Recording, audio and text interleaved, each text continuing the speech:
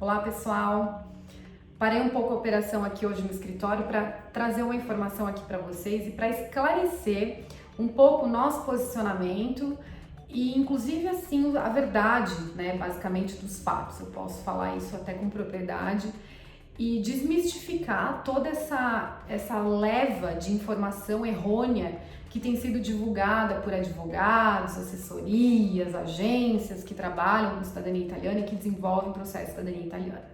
E que confundem cada vez mais a cabeça e deixa o requerente cada vez mais instável na confiança de estabelecer um caminho para desenvolver o seu processo. Porque são tantas informações sem fundamento que são divulgadas, sem propriedade, que acaba realmente confundindo o mercado e deixando as pessoas cada vez mais sem saber para onde correr. Então, enfim, eu sempre venho aqui e trago quando o assunto é um pouco polêmico e a gente vê que está confundindo as pessoas e está levando-as a caírem em armadilhas de mercado, a estratégias de mercado.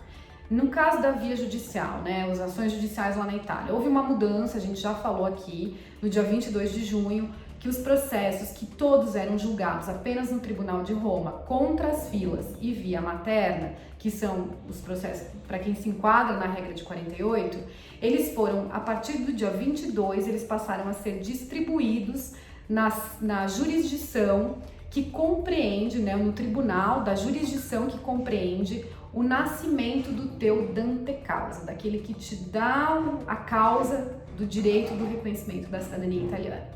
E o que isso acarreta? O que isso traz aí para o setor? Traz para o setor um pouco de insegurança, porque a gente não consegue prever de antemão, sem ter pelo menos aí, eu diria, um ano no mínimo, de ações julgadas nesses tribunais para a gente ter a certeza e a garantia de como eles irão se posicionar. Se eles vão se posicionar como o Tribunal de Roma até hoje se posicionou, se eles vão adotar as mesmas regras, os mesmos procedimentos ou cada um fará a sua própria interpretação. Então nem o grande mestre da cidadania italiana ou o grande guru consegue saber o que vai acontecer. Então é muito cedo, é muito falso a informação de qualquer garantia de procedimento, de conduta de qualquer tribunal. Então se tem alguém falando para você alguma conduta de que vai continuar sendo a mesma coisa, que aquele tribunal vai agir da mesma forma, desconfie, porque não há como saber sem esse exercício se der na prática. Então, enfim, isso é uma coisa importante de eu trazer para vocês, porque a gente tem recebido muitas pessoas que vêm de informações de outras empresas, de outros assessores, advogados, trazendo esse tipo de confirmação e questionando por que a gente não dá certas garantias como a gente dava com a jurisprudência que nós tínhamos no Tribunal de Roma para os outros tribunais. É justo por isso, é uma lógica dos fatos. Não se tem como garantir nada sem ter um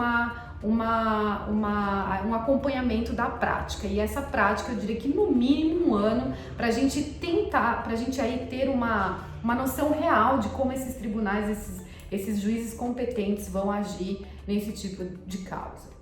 Outro assunto aqui é referente então, por exemplo, chegou a informação aqui que não é mais que procede igual Roma, que você não precisa estar 2 anos inscrito na fila para iniciar a sua ação judicial contra a fila. Ora, tem alguns casos, inclusive no Tribunal de Roma, que a gente pedia inclusive isso, porque isso era uma exigência. Mas existe uma brecha, inclusive nos próprios sites do consulado italiano, que nós, né, os nossos advogados usam como tese, que é o fato de eles mesmos assumirem que eles não cumprem o prazo da lei.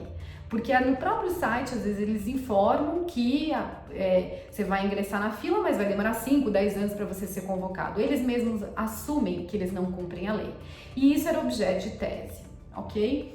Porém, como os outros tribunais vão avaliar essa questão, não é previsível. Então não há como dizer que você não precisa comprovar 2 anos estando na fila sem antes ter a bendita experiência com os tribunais. Então assim, Vim aqui a título de recado, na verdade, para vocês abrirem os olhos e terem um pouco de cautela ao receber informações, se você é um requerente, se você tem intenção de desenvolver o teu processo por uma via judicial. Esse é um momento delicado, inclusive mais delicado ainda, porque a gente aguarda a decisão do tribunal da audiência do dia 11 de julho desse mês, onde vai decidir o rumo aí praticamente de quase, né, uma porcentagem enorme de processos de reconhecimento de cidadania italiana em função da tese da grande naturalização. Isso de uma vez por todas vai ser decidido. Já queria ter falado inclusive sobre isso, né, o que a gente acha, o que a gente pensa.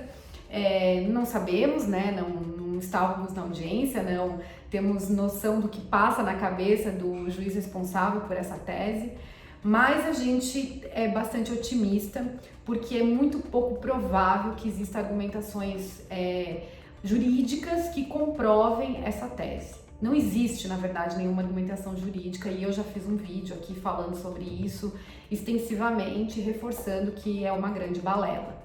E que isso trata-se, obviamente, de uma briga política e não jurídica. Então, na nossa opinião, é uma decisão que vai ser...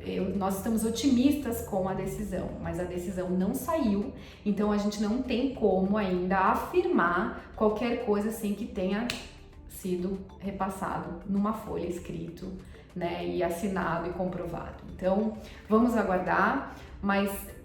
cuidado, novamente, reforço, com informações de muitas promessas, com essa questão judicial, né? Tudo se baseia em lei e não há ninguém, nenhum advogado que consegue prever como que vai funcionar o andamento desses tribunais.